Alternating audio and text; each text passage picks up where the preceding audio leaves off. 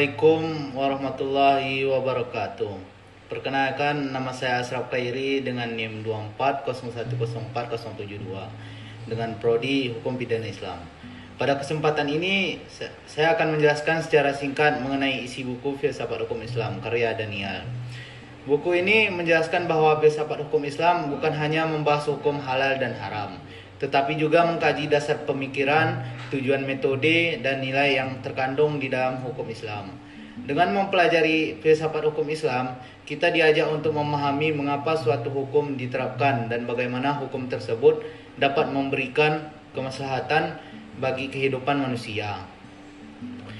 Di bagian awal buku dijelaskan bahwa kita perlu membedakan antara syariat, fikih, dan hukum Islam.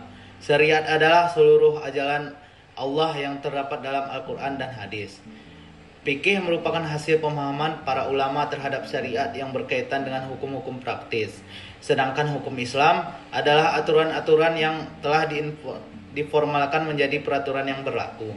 Dalam kehidupan kemasyarakatan dan bernegara, perbedaan ini penting agar kita tidak menyamakan antara wahyu Allah dengan hasil ijtihad manusia.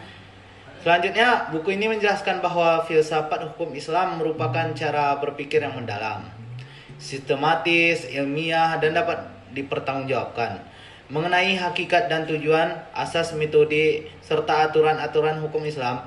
Tujuan mempelajarinya adalah agar kita memahami aspek ontologi, epistemologi, dan aksiologi hukum Islam, mampu menganalisis persoalan hukum secara kritis, secara menjadikan hukum Islam sebagai sarana untuk mewujudkan kemaslahatan umat manusia.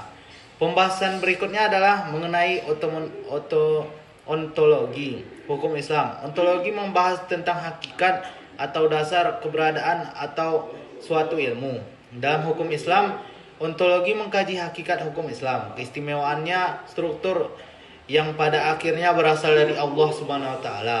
Sebagai sumber, sebagai ilmu, kita mengetahui bahwa hukum Islam memiliki dasar yang kuat dan bukan sekedar hasil pemikiran manusia. Buku ini juga menjelaskan tentang hakikat ilmu.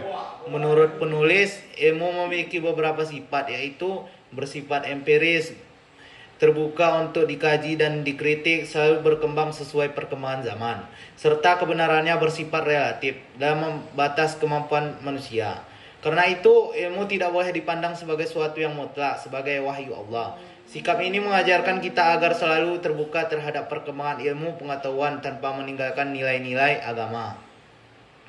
Selain itu, dijelaskan pula mengenai struktur ilmu. Penulis penerangan bahwa filsafat merupakan induk dari berbagai cabang ilmu, baik ilmu alam, ilmu sosial, humaniora, maupun ilmu-ilmu keislaman. Semua cabang ilmu saling berkaitan oleh saling melengkapi. Oleh sebab itu, dalam memahami persoalan hukum Islam diperlukan pendekatan yang luas, sehingga hukum-hukum Islam mampu menjawab berbagai persoalan yang muncul dalam kehidupan modern. Kemudian penulisan membahas hakikat hukum Islam. Dijelaskan bahwa hukum Islam adalah ilmu yang mengatur kehidupan manusia secara praktis, baik dalam bidang muamalah, perkawinan, waris, pidana, maupun politik Islam. Hukum Islam memiliki dua dimensi, yaitu dimensi ilahi karena bersumber dari Al-Quran dan hadis, serta dimensi kemanusiaan karena dipahami dan dikembangi melalui ijtihad para ulama. Oleh karena itu, ada bagian hukum Islam yang bersifat tetap, ada pula yang dapat berkembang mengikuti perubahan zaman selama tetap berlandaskan prinsip-prinsip syariat. Pada bagian selanjutnya dijelaskan mengenai keistimewaan hukum Islam. Penulisan penegakan bahwa tujuan utama hukum Islam adalah mewujudkan keadilan, rahmat, hikmah, dan kemaslahatan bagi seluruh manusia. Semua aturan dalam hukum Islam pada dasarnya ditetapkan demi menjaga kepentingan manusia, baik di dunia maupun di akhirat. Karena itu, hukum Islam tidak bertujuan mempersulit kehidupan, tetapi justru memberikan solusi terhadap berbagai persoalan yang dihadapi manusia.